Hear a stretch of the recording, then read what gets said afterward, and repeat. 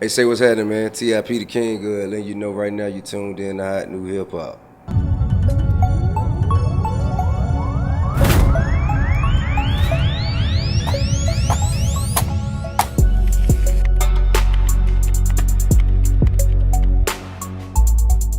There's so many that I probably forget. Okay, well, music is the easiest one. Touring is directly associated with that. And then you have the acquisition of publishing and licensing rights and masters and so on and so forth, which is a different part of the business than just performing. Clothing lines, fashion, two of those. 10th year of a coup this year. We've been fortunate enough to be supported by God and the marketplace for a full entire decade. This marks our 10th year of business at a coup. Also, we have Hustle Gang, which is also our full apparel line that is in its 7th year of business. Outside of that, there's film, Grand Hustle Films. But then there's television, Grand Hustle Television, technology. We have well, I ain't gonna say several. We have made several investments in the world of technology, one of which being a minority owner in Tidal. Back in 2007, 6 or 7, before the wave of technology really had hit, and before social media was really what it is right now today, I wanted to make a MySpace, but for dope boys and trap niggas, you know what I'm saying? So we developed this social media platform by the name of streetcred.com. That was my first venture in the world of technology. This was preceding Hotnewhiphop. This was preceding This Is 50. This was preceding Instagram, Twitter. This was in the it was a blog site, but it had social media interactions. You know what I'm saying? Okay, but that failed, and I went on to do other things like Yopima. Yopima was basically a geofencing kind of social media thing. It didn't happen to work, but the patent that we have associated to that company is very valuable because we have a geofencing patent, and that's worth something. And right now we have Moolah. Moolah is an operating system that allows you, if you have an Android, to download this app on your phone, and as long as you engage on your phone, ads pop up. The more ads pop up, the more credit you accumulate, and that could be put towards your bill for the month, or if you engage enough, we send you a check. So you could sit home, do absolutely nothing, just continue to engage on your phone, and we've partnered with the people that provide us with the ads and the content, and we can provide our users with the ads and the content, and we get money for providing them to people, and when you watch it, you get a cut of what we get. And so that's Moolah. Okay, beyond technology was the real estate. Real estate and development. We've acquired and have been acquiring several properties. And we started back in 2001, like right when I got my first check.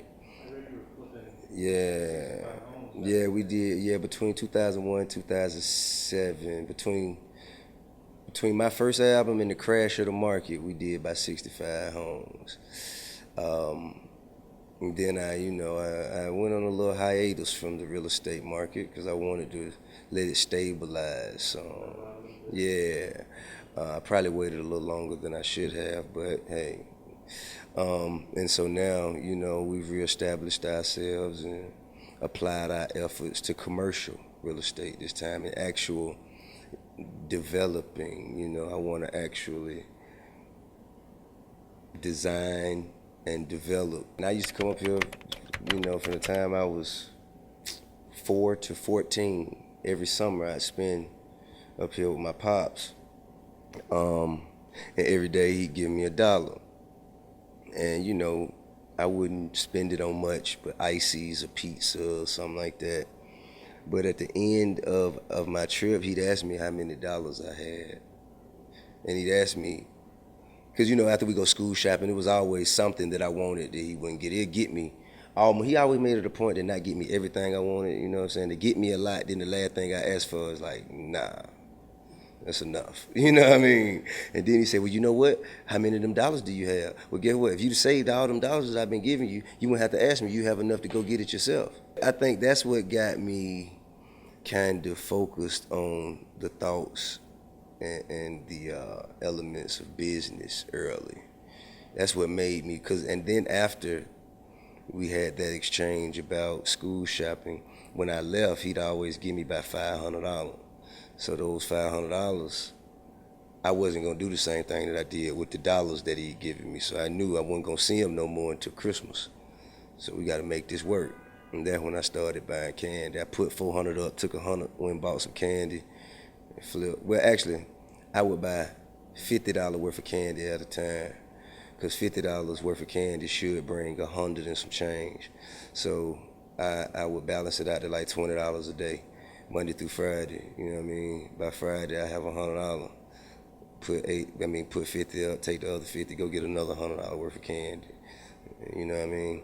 And until I ran into the drug trade, until I was introduced to crack, that was my means of making a way for myself as a youngster. My uncles, you know what I'm saying? My uncles were they were the neighborhood hustlers, you know. Before we learned of all of the pitfalls of the crack era, it just seemed like free money, you know what I mean? It just seemed like a way out of no way. Like, you know, there's no opportunities here. There's very, very, you know, little employment that's considerable enough to do the things we need to do for our families. So crack seemed like the means to an end, you know what I mean? And my uncles, you know, of course, they participated heavily. So I seen them, you know, they picked me up from school in Porsches, and I seen them drive, you know, when them side-by-side refrigerator first came out, they got my grandmama one, like, you know, before anybody else in the neighborhood on Mother's Day, you know what I'm saying, surprising my grandmama with cars for her birthday, like all kinds of just stuff that I saw them do, and I'm like, whatever they do, that's what I want to do. Before I learned that I wanted to do music, I just knew I wanted to be like my uncles. Or my dad, but I never knew what my dad did. He never, you know what I mean, he never told me. Well, I mean, if you want to learn more about the business and how I operate my business and, you know, the experiences and information that I have to offer, if you want to feed from my pool of knowledge and wisdom, and then, you know what I'm saying, entertain yourself just by watching other people fuck up. You know what I'm saying? And how I respond to that. Tenacity, resilience, courage to take risks. You know what I mean? And also accountability. Because once you take those risks, if it go like you want it to go, it's gonna get you a lot further, a lot faster. But if it happens to not pan out, you're gonna take a hit, lose a step. Now, when you take a hit, lose a step, are you gonna respond to that by creating alternatives, solutions to these problems, or are you gonna find a way to point the finger and pass the buck? You can't hold yourself accountable, man. When you take a hit, you ain't in a position, or you ain't fit to lead. You're not able to learn. Exactly. You know what I mean? In order to lead, you must learn and have learned. You must always be open to learning. And if you ain't accepting accountability for when things don't happen the way that you want them to, all you want to do is look for someone to blame. You ain't fit to lead. I think so much of it So much of what I do is there's a considerable risk involved financially. Um, the restaurant industry, you know what I'm saying? The restaurant was very risky. I lost on that one. And, you know, I took the hit, kept it moving. So many ways to steal money. If you're not there every day counting every penny and watching every employee, you know what I mean? If you can't do that, don't get involved. Unless they're just licensing the opportunity to use your name. And you just get a check no matter how good or how bad things go month to month, you know what I'm saying? That's the way to go. I would have to go with the foundation, which is the music. The music is the foundation, first love. Without that, none of these other things is questionable whether or not they would have been made possible. Um, so I have to go with that, the music. Speaking of music, the dime trap is on the way, and I would be remiss if I did not tell you that the dime trap is upon us, people. I'm talking about sooner than you could possibly think or believe would be true or imaginable. The dime trap is upon us. When my first situation didn't work, I didn't just leave it there and wait on them to make a move. We mobilized ourselves and strategically aligned our efforts to compensate for what we weren't receiving, attention we weren't receiving, support we weren't receiving from the label.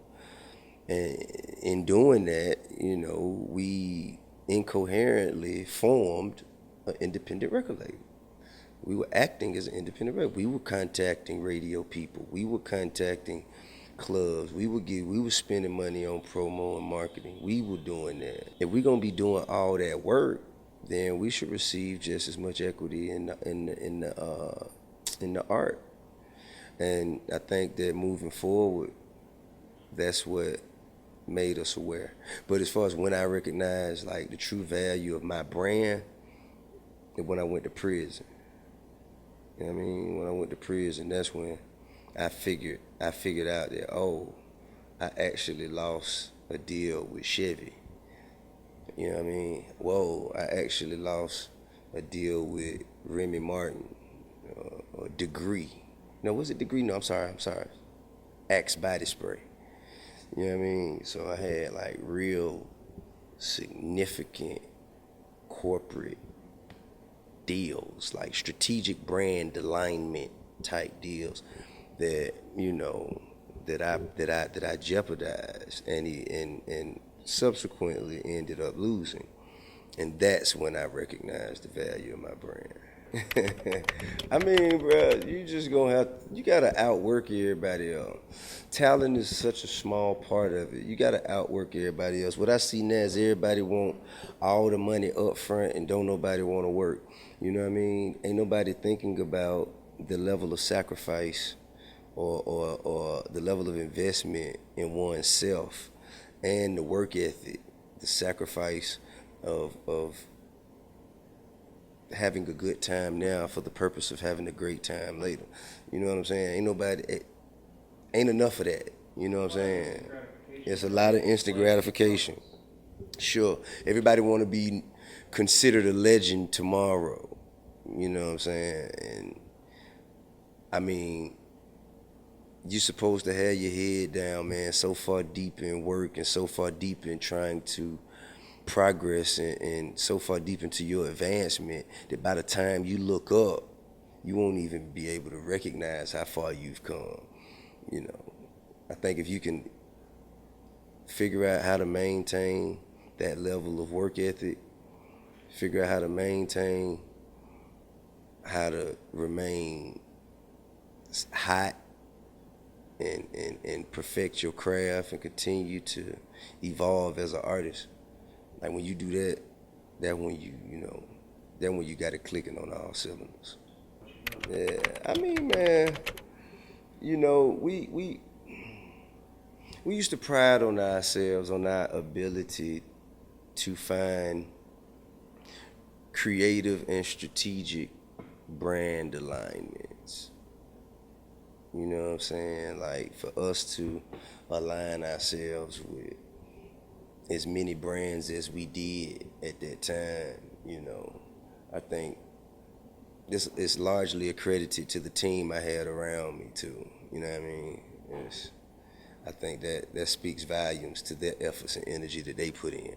I always felt that if I executed my strategy properly, that these opportunities would present themselves. So once the opportunity has presented itself, you know, I tried to prepare myself mentally with like, okay, well, this is what I plan to do with this opportunity. If I make it to this point, this is what I hope to accomplish or how I hope to take advantage. If I make it to this point.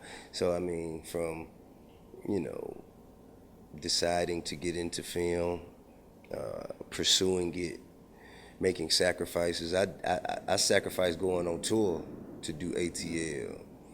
And, you know, that's really why, you know, I haven't done as much touring as everybody else, because when everybody else was touring, I was doing movies.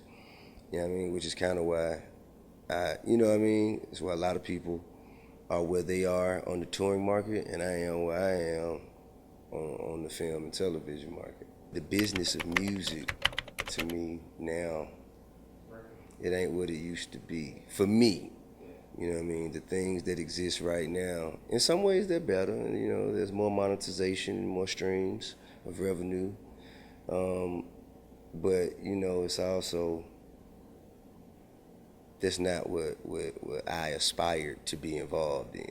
So I think that probably real estate, my real estate development ventures, and just the outside like business. I like to find deals.